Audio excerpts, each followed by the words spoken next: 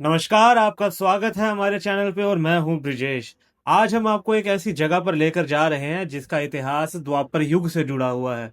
और मान्यता ये है कि यहाँ पर बर्बरीक, जिन्हें हम खाटू श्याम जी के नाम से भी जानते हैं, उनका शरीर इस स्थान पर स्थापित है। और यह जगह और कहीं नहीं बल्कि हमारे जम्मू शहर से लगभग 30 किलोमीटर दूर अखनूर में स्थित है। और इस जगह का नाम है कामेश्वर मंदिर। तो चलिए आज हम आपको इस मंदिर में लेकर चलते हैं और इस जगह के बारे में थोड़ी सी इंफॉर्मेशन भी देते हैं। तो फाइनली अब हम मंदिर पे पहुंच गए हैं और ये वो रोड है, यहाँ से हम जम्मू से आए और जम्मू से आते समय ये टर्न है और ये टर्न सीधा जाता है मंदिर की तरफ। तो चलिए अब हम आपको मंदिर में अंदर लेकर चलते हैं और इस मंदिर के बारे में थोड़ी इन्फॉर्मेशन भी देते हैं। तो ये है कामेश्वर मंदिर अखनूर, जहाँ पर बर्बरीक यानी खाटू श्याम जी का शरीर स्थापित है। तो यही है वो मंदिर, यही है वो स्थान जहाँ पर बर्बरीक यानी जी खाटू श्याम जी ने कहते हैं उनका धड़ यहाँ है। ये अगर आप दूर से मैं आपको दिखा पा रहा हूँ, ये वो 3 पिंडी हैं। मान्यता ये है कि जो ये आप पंडित पिंडी देख रहे हैं, ये खाटू श्याम जी यानी बर्बरीक जी की है। ये आब शंभू महादेव हैं और ये वो घोड़ा है जिस पे सवार होके बर्बरीक जी का धड़ यहाँ पर आया था। तो अब हम इस मंदिर के गुरुजी से बात करते हैं और इस कहानी के बारे में पूरी जानकारी उनसे ही लेते हैं। कामेश्वर महादेव अखनौर में विराजमान है और यह द्वापर युग का मंदिर है। कामेश्वर महादेव का इतिहास द्वापर युग महाभारत से जुड़ा हुआ है। महाभारत में कौरव पांडवों का युद्ध हुआ। पांडव थे 5, कौरव थे 100। पांडवों में से भीम का बेटा था घटोत्कच, घटोत्कच का बेटा था बर्बरीक, जो भगवान शिव का अनन्य भक्त और भगवान शिवलिंग की आराधना करके अनेक प्रकार की दिव्य शक्तियों को प्राप्त किया। तो भगवान ने बर्बरीक से पूछा, भैया तुम कहाँ से आए हो, किस लिए आए हो? उन्होंने कहा, मैं युद्ध को देखने आया हूँ, जो युद्ध होने जा रहा है, और कश्मीर का राजा हूँ, कश्मीर क्षेत्र में रहता हूँ। तो आप उन्होंने कहा, जी युद्ध में तो देखने वाले होंगे नहीं, युद्ध करने वाले होंगे, तो क्या तुम युद्ध करोगे? उन्होंने कहा, यह नियम है, तो मैं उस पक्ष से लड़ूंगा जो पक्ष हारेगा। भगवान ने कहा, अपनी शक्ति का परिचय प्रदर्शन दो। तो 3 बाण भगवान शंकर की तपस्या से प्राप्त किए थे। एक बाण लिया, धनुष पर रखा, बाण को छोड़ दिया। बाण ने कुरुक्षेत्र के मैदान में पीपल के वृक्ष के एक एक करके सारों पत्तों का भेदन करता हुआ भगवान श्री कृष्ण के दाहिने पैर के ऊपर वह तीर खड़ा हो जाता है और भगवान से कहते हैं कि आप अपने पैर को हटाइए, नहीं तो आपके पैर का भेदन करता हुआ उस पत्ते का भेदन यह तीर करेगा। भगवान अपने पैर को हटाते हैं, तीर पत्ते का भेदन करता है और पुनः तरकस में चला जाता है। और जो वीर होता है वो दानी होता है। क्या तुम दानी हो? उन्होंने कहा, मांगिए, क्या दान चाहिए आपको? उन्होंने कहा, भाई दान में ना तुम्हारा वैभव चाहिए, ना धन चाहिए, ना तुम्हारा राज्य चाहिए, दान में तुमसे तुम्हारा मैं शीश भिक्षा में चाहता हूँ। राजा ने कहा, मैं दूंगा, पर मेरी लालसा युद्ध को देखने की, और युद्ध को देखने से पूर्व यदि मैंने आपको शीश दिया तो मेरी लालसा पूर्ण नहीं होगी।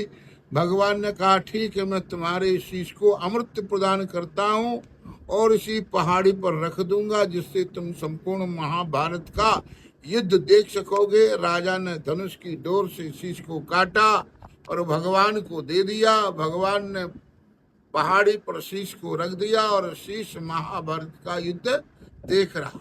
जो धड़ था वो धड़ घोड़े पर सवार हुआ और अपनी दादी हिडम्बा के पास जाने को निकला, क्योंकि दादी ने कहा था, बेटा तेरा शीश कभी कट जाए और धड़ मेरे पास पहुंचेगा तो पुनः मैं शीश लगाऊंगी। पर जो धड़ जा रहा था तो चंद्रभागा नदी को पार किया। चंद्रभागा नदी के किनारे कुछ लोग स्नान ध्यान कर रहे थे। वह धड़ को देखकर डरे और भागे और शोर मचाते हुए भाग गए वहां से। तो धड़ वहां से चलता हुआ, यहाँ जो पहाड़ी है आजकल तो प्लान कर दिया गया है, इस ऊंची पहाड़ी के ऊपर आया और जो ग्राउंड है यहाँ एक छपड़ी सी थी, तो यहाँ वो धड़ गिर जाता है और वहां आकर उसके जो भी उस समय के मुताबिक कर्म किया। और वहां पर ये 3 जो शिवलिंग हैं, ना मैं था ना आप थे ना कोई था। अब कैसे उन्होंने वहां से प्रकट हुए कि स्थापित किए, ये ईश्वर जाने। और जो खंडित पिंडी है उसको वह बर्बरीक के धड़ के रूप में उनकी प्रार्थना तब से आज भी वो करते आ रहे हैं। और जब भी उनके घर में कोई सुख दुख होता है तो वो यहाँ पहले इनका धड़ का, बर्बरीक का धड़ का आशीर्वाद लेने आते हैं। और जो बीच का शिवलिंग है, पिंडी है, वो भगवान शंकर की पिंडी है। ऐसा बतलाते हैं कि वो राजा भुजा में बांध करके रखता था, वो शिवलिंग का वो है। और उसके बगल में एक बड़ा शिवलिंग है, उसको घोड़े का शिवलिंग मानते हैं, नीला घोड़े के रूप में मानते हैं। ये 3 पिंडियां उस समय द्वापर युग से स्थापित हैं या प्रकटित हैं। आप समूह क्या है ये तो वक्त ही जानता है, पर किसी शास्त्र में नहीं लिखा है।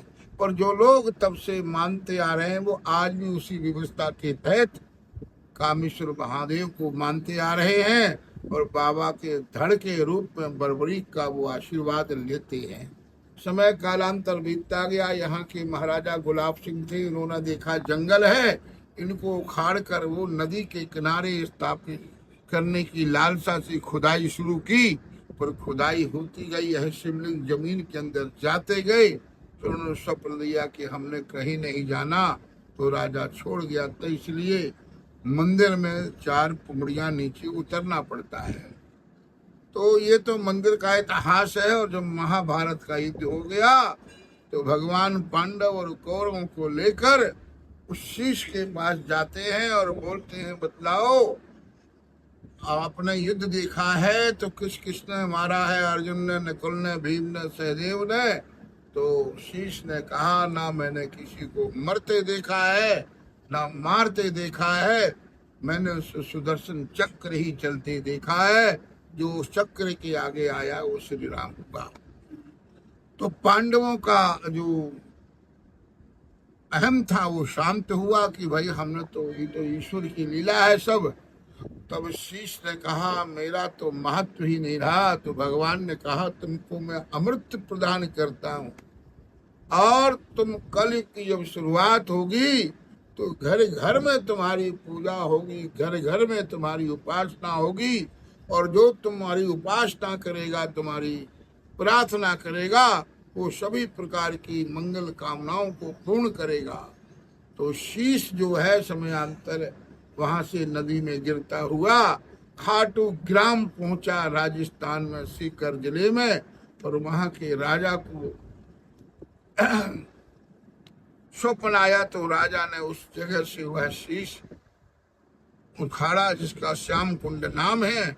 और शीश वहां पर रखा हुआ है जो खाटू श्याम जी के नाम से आज पूरे संसार में विख्यात है। आज लाखों की संख्या में लोग बाबा के दर्शन करने शीश के पास जाते हैं और अपनी सभी प्रकार की मंगल कामनाओं को पूर्ण करते हैं। और धड़ का रूप यहाँ विराजमान है, जो उस महादेव के चरणों में बर्बरीक के धड़ को प्रणाम करता है, उसकी भी सभी प्रकार की कामनाएं पूर्ण होती हैं।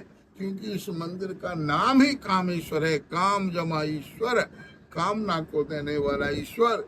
जो जिस प्रकार की लालसा को लेके आता है, राजा बर्बरीक कामेश्वर महादेव उनकी मंगल कामना पूर्ण करते हैं। यह स्थान द्वापर युग का है।